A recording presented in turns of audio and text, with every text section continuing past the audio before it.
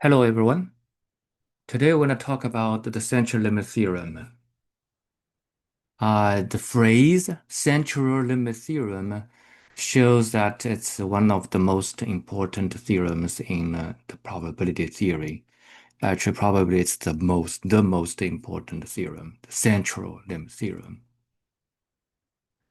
By words, it says that if many independent small forces uh, act on a quantity, then that quantity will be approximately normally distributed. Okay, that's what it means. Um, and a very famous example is the Brownian motion. So the Brownian motion is like you put the pollen or some dust into the water, and then you observe the movement of that particle, and you will see there are a lot of zigzags, and it's called a Brownian motion. If you the Brownian motion, it could be in 3D, right? If you put in the water, it's just 3D, but you can put it in project it into 2D or 1D, then you will show two-dimensional normal distribution or one-dimensional normal distribution. The reason why it shows this kind of movement is because there are a lot of millions, billions, I don't know how many, but a lot of water particles, uh, water molecules hitting this molecule, sorry, hitting this pollen or dust, and then it will show some normality. And the words normal distribution, why it's called normal distribution, it seems to imply that other distributions are not normal. Uh, the main reason is because this central limit theorem. Once you have a lot of independent uh, small forces acting on something, that something will show some normality. And we would call distributions anomaly if it doesn't show normal distribution, especially in the limiting situation. Using more mathematical language, it states that the sum of a large number of independent random variables has a distribution that is approximately normal. Uh, More accurately, the theorem is stated by the following. Let x1, x2, dot, dot, dot be a sequence of independent and identically distributed random variables. We sometimes we call them IID. So this phrase, independent and identically distributed, we call them IID. And each having mean mu and variance sigma squared. So you have a mu, mean as mean, and the variance as a sigma squared. Then the distribution of the sum of these xi's, okay, I from 1 to n, and I forgot this summation, this xi here, and minus n times mu divided by the square root of n times sigma. So the probability of that less than or equal to any x would be approximately phi of x. Okay. These things are standardizing this quantity. What the theorem basically says that the summation itself is kind of normally distributed. So we can also write it something like the summation of xi, I from 1 to n, it is approximately normally distributed with mean n times mu, and standard deviation is square root of n times sigma. So this is something you need to pay attention. We can get the variance of the summation. By the way, if you're not familiar with the summation notation, it's basically like this. Okay. Because they're independent, so you can just add the variances. And all the variances are the same. So we have n times the variance of one of them, which is sigma squared. And then you take a square root. So the standard deviation of the summation would be the square root of that, which is square root of n times sigma. Okay, so this is the standard deviation of the summation. Be very careful that we don't have this kind of statement. Okay, this is wrong. The standard deviation of the, let me use SD because sigma is actually a quantity here. Sometimes we use sigma as a just like a standard deviation, but let's use SD. Standard deviation is not, in general, it's not the sum of the standard deviations. Remember the variance of the sum is the sum of the variances if they're independent. Okay, so these quantities, the standard deviations would have a kind of a Pythagorean type of a relation. Okay, the sum, the square of the how do I say that? The variance is just like the square. So the variance of the sum is the sum of the variances, which is like squares of the standard deviations. All right, so we have this result. Once you standardize it, you have a standard normal distribution. Okay, this is phi of x. There are different versions, which is to talk about the average x bar. If we consider this is the average of n of them, so this is the summation of xi, I from 1 to n, divided by n, so it's the average. The average is also normally distributed with mean itself because you can find expectation of x, sum of xi, divided by n. Expectation is linear, so 1 over n times the sum of the expectation of xi's and the IID, so the expectation is just mean is mu. So you have n mu, so 1 over n times mu is just mu. Right, so mean is mu. And the standard deviation of this thing equals the standard deviation of the summation over n. And the standard deviation of the sum equals the standard deviation of square root of n times sigma over n. So we have a sigma over the square root of n as the standard deviation.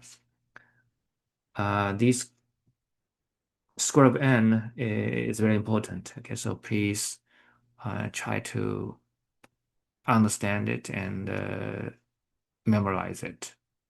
Okay. So let me highlight. So it's the square root of n and the square root of n. This approximation works when n gets bigger and bigger. Normally, as empirical rule, we usually require mu n to be greater than or equal to 30.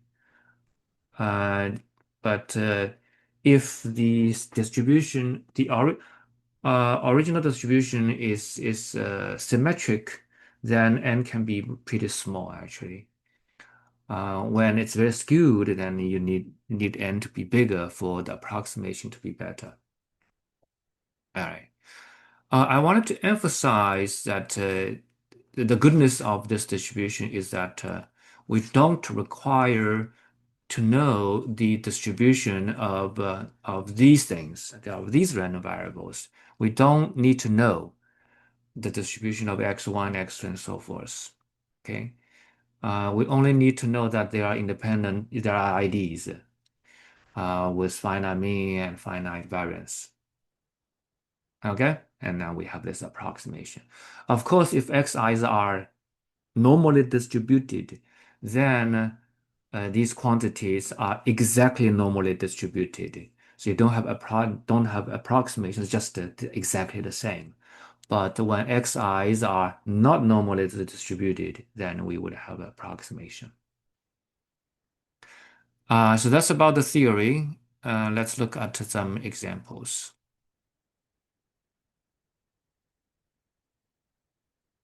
An instructor has 50 exams that will be graded in sequence. The times required to grade the 50 exams are independent with a common distribution that has mean 20 minutes and standard deviation 4 minutes. So for each exam, the time is normally distributed. Okay, actually, we don't know the normally distributed at all. It has mean 20 and standard deviation 4. Approximate the probability that the instructor will grade at least 25 of the exams in the first 450 minutes of work. Let's set xi to be the time needed to grade exam I.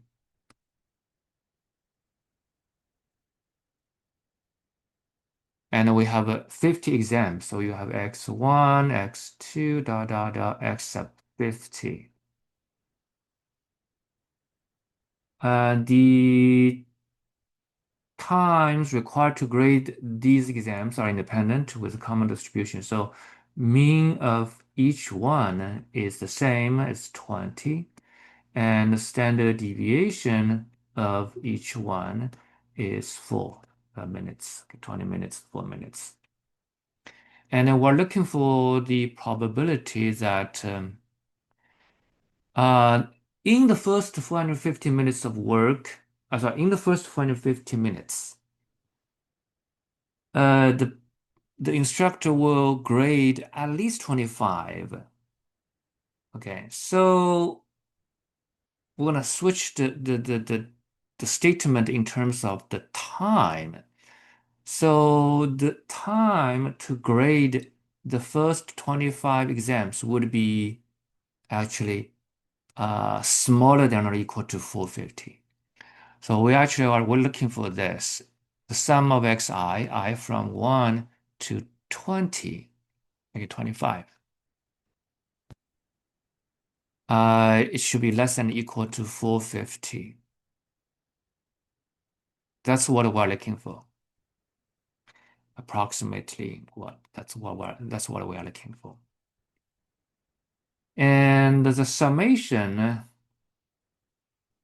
is normally distributed. I mean, approximately normally distributed by the central limit theorem. Even though we have 25, it's kind of a little bit smaller than 30. But when we think about the time needed to grade an exam, they are pretty close to symmetrically distributed. So 25 is good enough. So the summation will be normally distributed with mean summation of all the means, which is 25 times the mean of each individual one, which is 20. And then we have a standard deviation of the sum is the square root of 25 times the standard deviation of each individual one. We put square here, just it's the notation because our notation for the normal distribution is mu sigma squared. It's just the notation. Notice that this is the standard deviation, okay? Which is what? Which is 20. 20 is the standard deviation. All right, so now we can use normal distribution to approximate this probability, okay? We can say the by central limit theorem. that is, we can just directly use this phi, but we wanted to standardize this 450. It's just like you do this. Minus mean, which is 500. This is 500. And then divided by standard deviation 20, less than equal to 450 minus 500 over 20. Now this becomes a standard normal random variable z, and you have a standard normal distribution here. So I'm going to just directly put these numbers into the function's phi, okay? This is the CDF of a standard normal distribution. And we get phi of negative, what is that value? The negative 2.5, and that is about 0.006. All right, so that's this problem.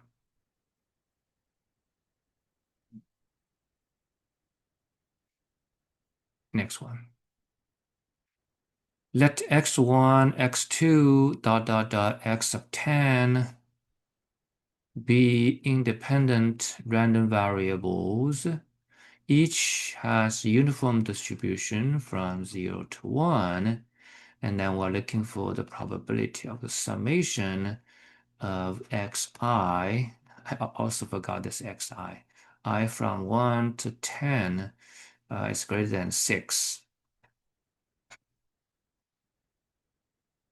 We're looking for that. Uniform distribution. Well, the mean of standard deviation is not given specifically, I mean, from the problem, but actually we know the distribution, so we know the mean. So mean of each individual, maybe I should use expectation. EX1 equals half, okay?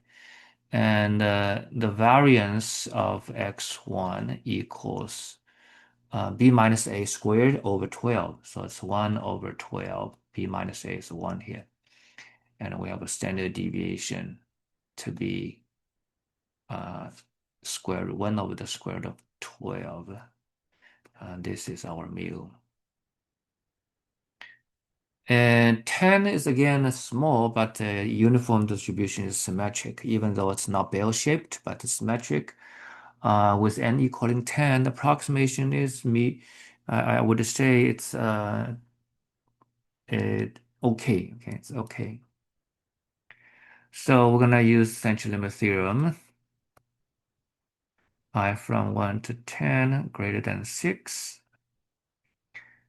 The summation, it is approximately normally distributed with mean n times mu, so you have 10 times half. And then you have a square root of 10 times standard deviation, 1 over the square root of 12. That's the standard deviation of the summation. So this is approximately, by central limit theorem, 1 minus phi, 1 minus because you have a greater than. Phi is the CDF. We have a less than equal to something. Okay, so it's 1 minus phi of 6. We need to standardize it. Standardize this number. 6 minus 5, which is our mean here. And then I'm going to just put this whole thing here. The square root of 10 times 1 over 12. Okay. And we calculate it out. It's 1 minus phi of 1.2, square 1.2.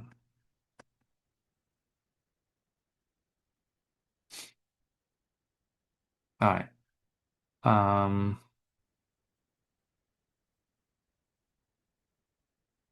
Okay.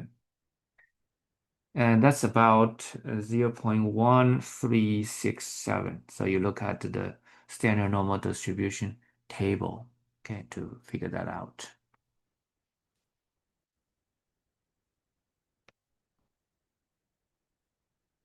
All right, another example. The number of students who enrolled in the psychology course is a Poisson random variable with mean 100. The professor in charge of the course has decided that if the number enrolling is 120 or more, he will teach the course in two separate sections, whereas if fewer than 100 students enroll, he will teach all of the students together in a single section. What is the probability that the professor will have to teach two sections?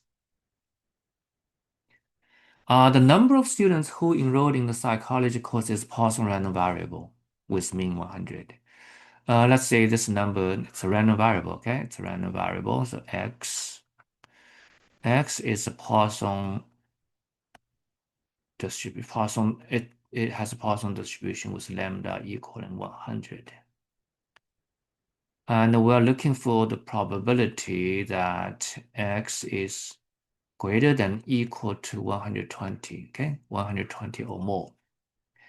Because we're looking for the probability that the professor will have to teach two sections, and he will teach two sections if there are more than 100 or greater than or equal to 100 students registering the course.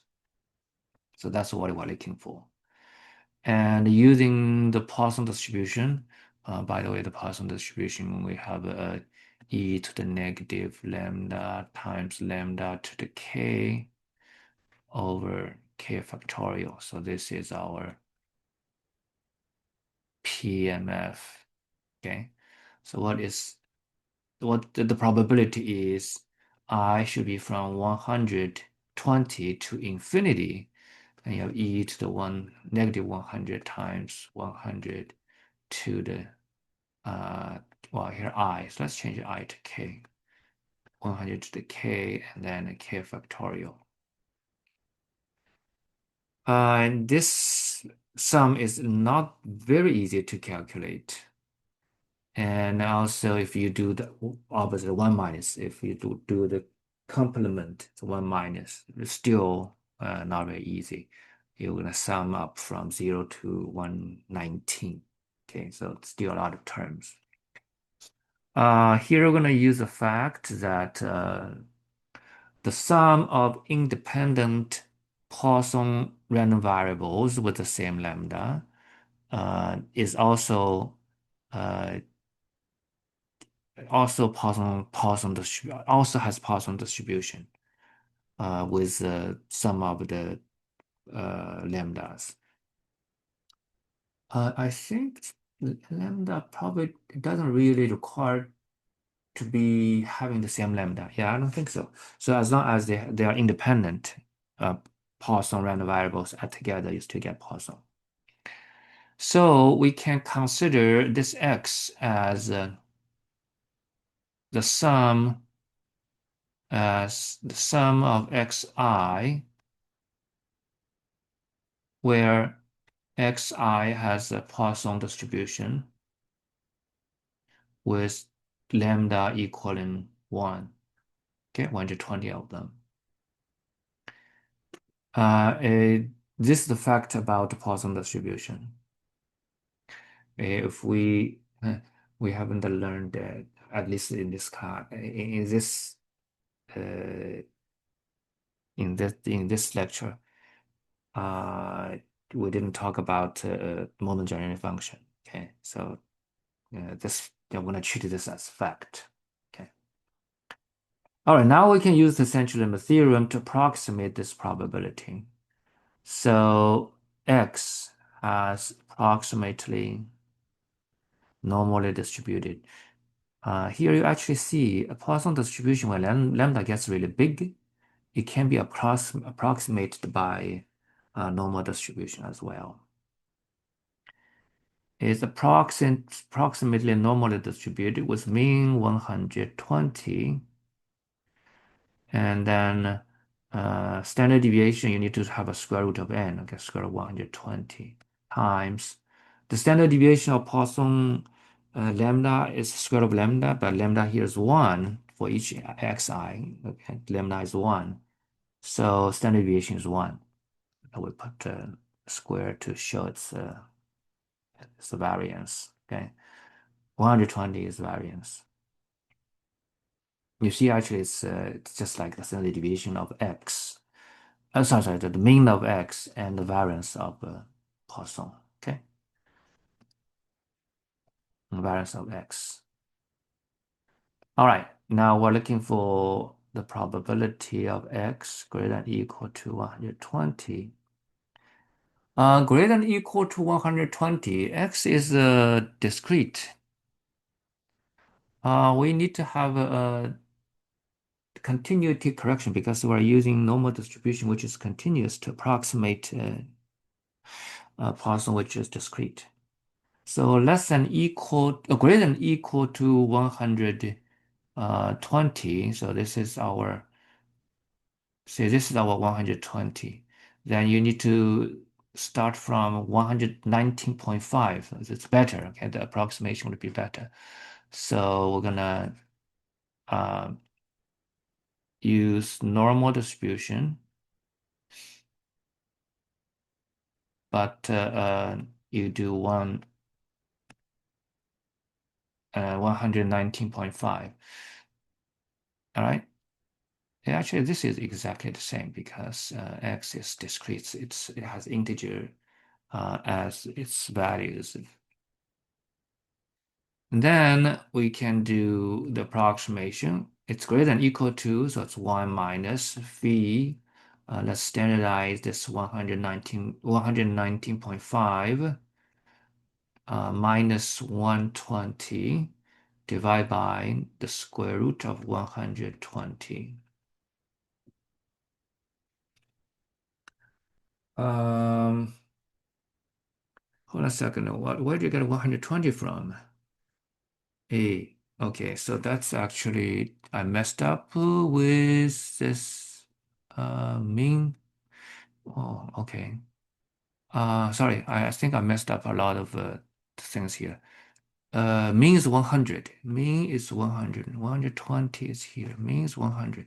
So this number is wrong. Okay, this number is wrong. There should be 100.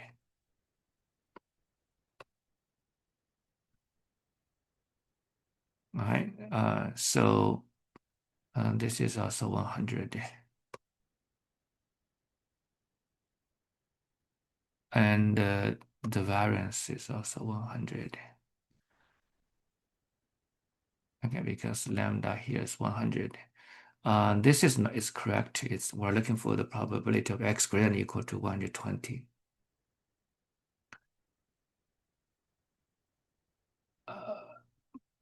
Hold on a second. Why I put 120 again? So that's 100. Okay. All right. Okay, so now this one is 100, not 120. It's 100.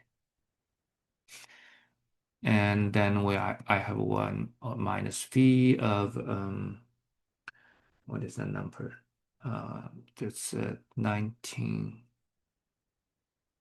No, this is 100 as well.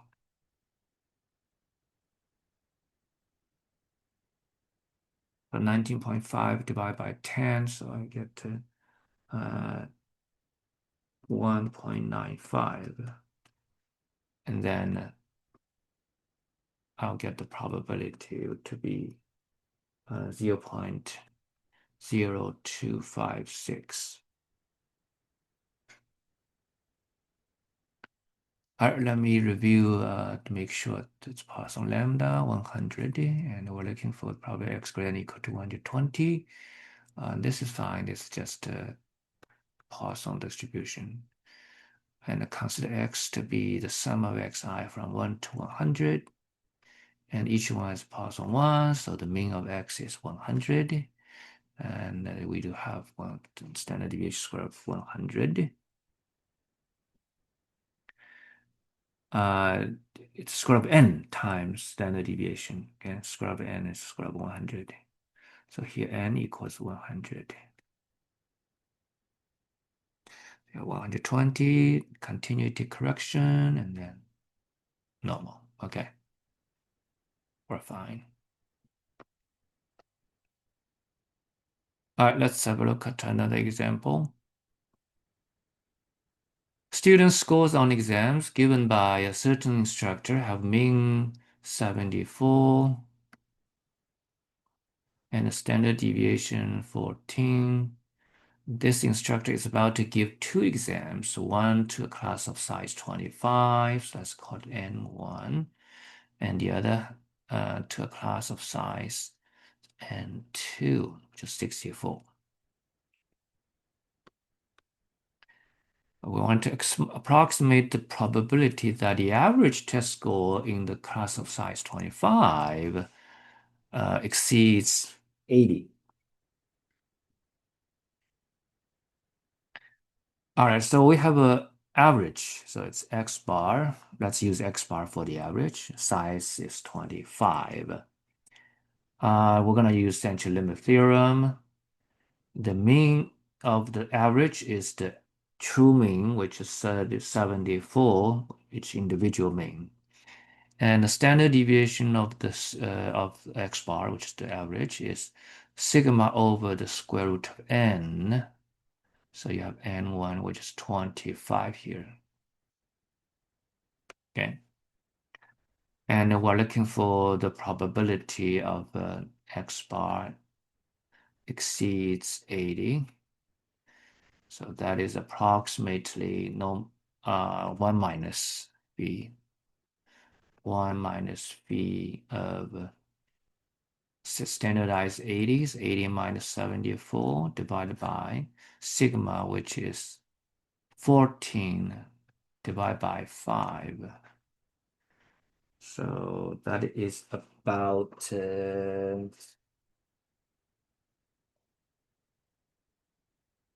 1 minus v of 2.14.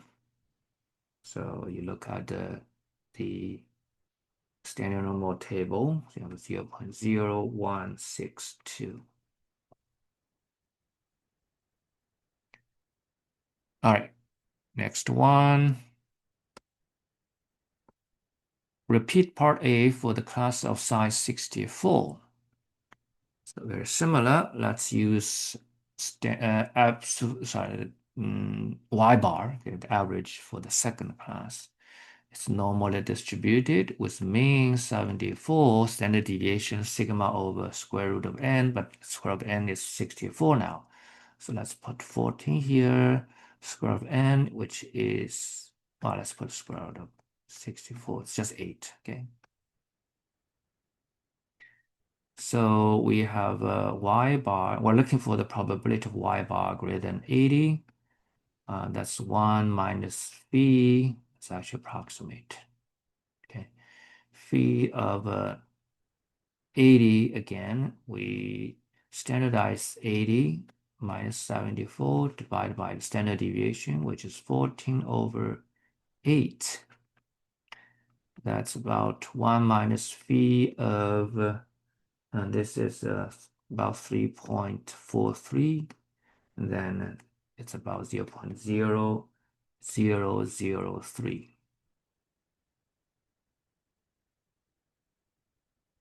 So now you see the sample size changes a lot. Changes the probability of the average a lot if you have the same value of 80. Okay, it changes a lot. The standard deviation, sorry, the mean is 74. So 80 is kind of larger than 80. Sorry, 80 is larger than 74. So when n gets bigger, the average will be closer to 74, which makes the probability that the mean greater than 80 is smaller. Okay, so if we look at the distribution and roughly say the both approximately normally distributed. However, this one has a smaller standard deviation, smaller standard deviation. So it is steeper, okay?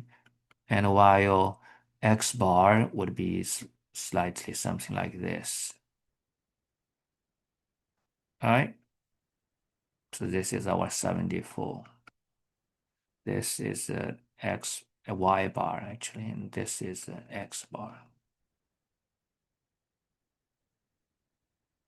Okay. Let's look at this next one. Oh, I need it. Let's just get rid of everything. Approximate probability that the average test score in the larger class exceeds that of the other class by more than 2.2 points. So we're looking for the larger size, which is y bar, okay, greater than, actually not greater than, it's minus. I mean, greater than is okay, but y bar minus x bar exceeds 2.2. We need the distribution of y bar minus x bar. We're assuming two classes their performance are independent on each other. So y bar minus x bar will be approximately normally distributed because each one is approximately normally distributed and they're independent on each other. And the mean of y bar minus x bar by the linearity of expectation, okay, both are equal to 74. 74, you get 0. So I have 0 here. And then let's look at the variance. Okay, be very careful. The variance of the difference is not the difference of the variances. In fact, it's independent. It's the summation of the variances. Remember, variance has a square involved. So you can consider it as like, you can consider it like that. But the variance of negative of something is the same as the variance of itself. Okay, because it's negative 1 squared times the variance of x bar. So it's just the variance of x bar. So it's just the sum of two variances, but okay, they're actually not the same. So the sum of the variance of y bar and the variance of x bar. And the variance of y bar, that is 14 sigma over the square root of n, then squared. Y is actually 64.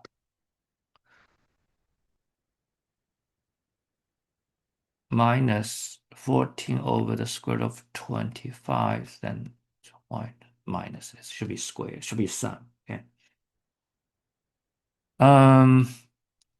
So the standard deviation would be 14. So let's just move out 14. And you have squared, and you have 1 over 64 plus 1 over 25. So you take a square root, you have a 14 times the square root of 1 over 64 plus 1 over 25. And then I square that to make it like a variance. Eventually, we're going to use the inside of the square. All right, so we're looking for this probability. That is approximately 1 minus v of, that's standardized 2.2, minus 0, just 0, just 2.2. And then I put this 14 times the square root of 1 over 64 plus 1 over 25. That's 1 minus phi of, what is our value? That is 3 point, no, that's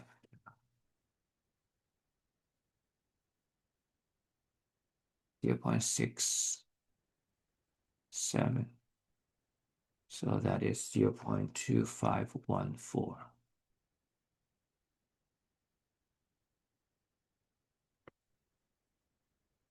All right.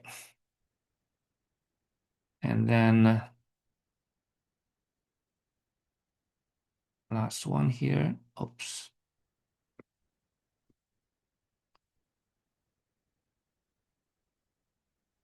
All right. Do the same thing for the other way around. So the average test score in the smaller class exceeds that of the other class by more than 2.2 points. So we're looking for the probability of X bar minus Y bar is greater than 2.2.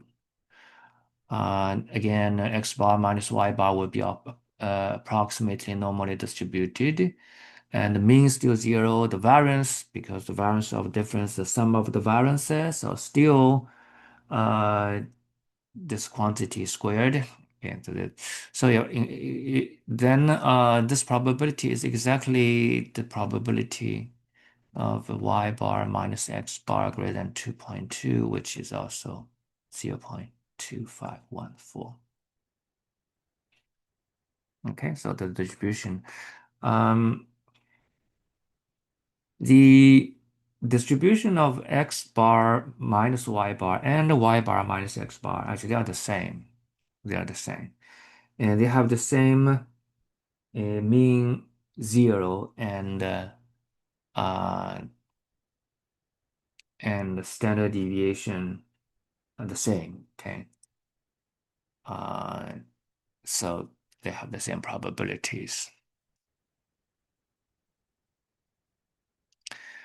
Another way to look at it is just the same as a Y bar minus X bar less than negative 2.2. But because the mean is zero, so this distribution, well, the distribution has mean zero and negative 2.2 and positive 2.2. They're called sort of symmetrical with respect to zero. So these two probabilities are also the same. That comes from the symmetry of the normal distribution. All right, so these are several examples. I think there are enough for the class. And I wanted to revisit the normal approximation to binomial. So why can we approximate the binomial distribution by a normal distribution when n times p is bigger? So in general, when n is big, um, we can consider the binomial random variable as the sum of n Bernoulli random variables. So suppose I have a x, which is a uh,